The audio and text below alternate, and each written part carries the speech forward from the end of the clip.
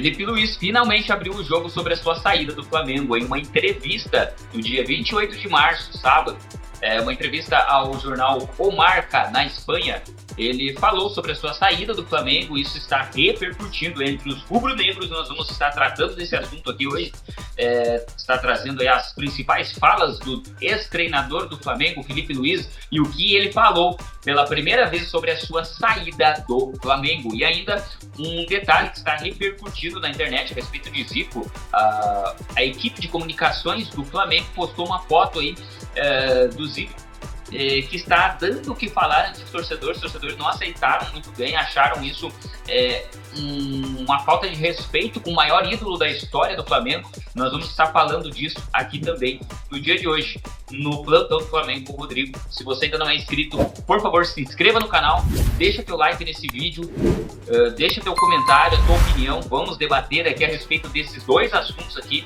Eu quero saber o que você pensa, quero que você deixe também o teu recado. Se você assim quiser deixar teu recado para a diretoria do Flamengo, faça isso a respeito desses dois assuntos, ok? Principalmente esse a qual a torcida não aceitou de jeito nenhum a respeito do Zico. E vamos para o vídeo.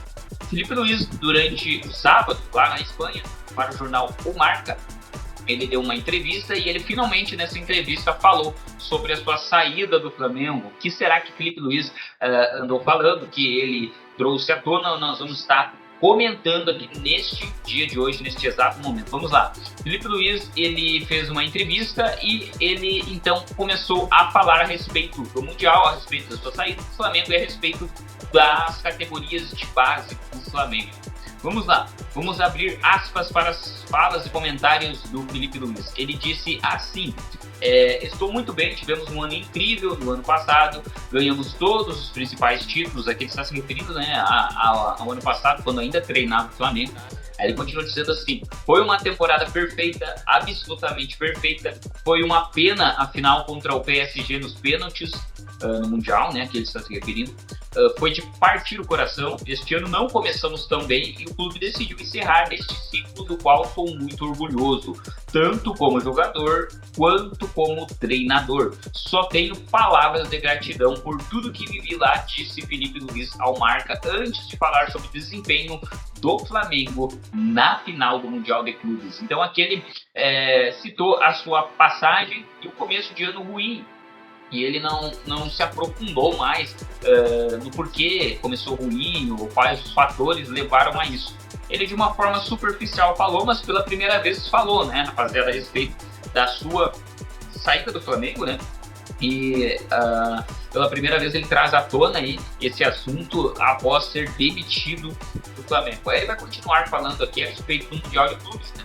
Tratando do Mundial de Clubes do ano passado. Ele vai dizer o seguinte: a verdade é que nós saímos muito bem da Copa do Mundo.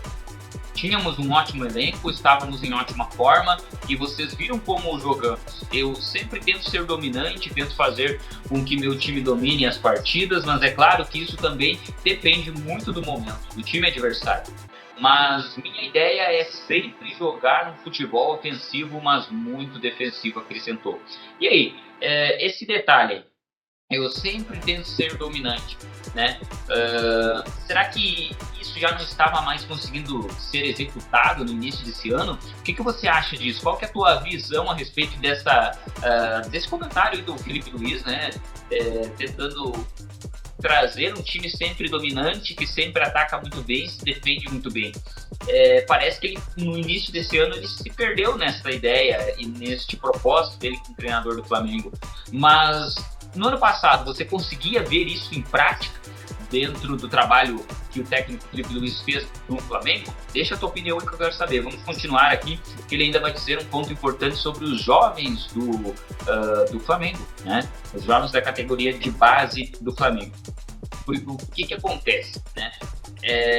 O treinador ele acompanhou de perto a classificação do Flamengo no Sub-12 para a final do Mundial, ali na categoria do Sub-12. O mais querido bateu o PSG da França por 2-1 e agora encara o Real Madrid, né? Na verdade, encarou o Real Madrid no dia de ontem, né? E o comandante falou, né, o Filipe Luís falou sobre o desempenho dos garotos do Ninho do Urubu. E aí ele vai falar o seguinte: o Brasil tem muito talento, muita habilidade individual, sempre estará entre os melhores países para desenvolvimento de jogadores. Mas em nível competitivo, acho que o Flamengo está acima de todos. Eles competem incrivelmente bem, dão tudo de si e entregam de corpo e alma. Eles jogam como se fosse a última partida. Isso é verdade em todos os níveis e em todas as categorias, analisou.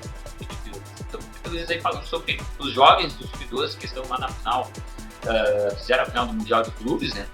Aí ele vai continuar ainda dizendo assim, ó: eles sempre querem vencer. A comissão técnica quase chorou depois de chegar à final. E essa é a importância de vencer um torneio sub-12. Isso sempre os motivará a competir. E é disso que se trata o futebol. Competir em alto nível, muitas vezes até mais do que a tática. É por isso que eles mereceram estar na final, concluiu o Filipe Luís.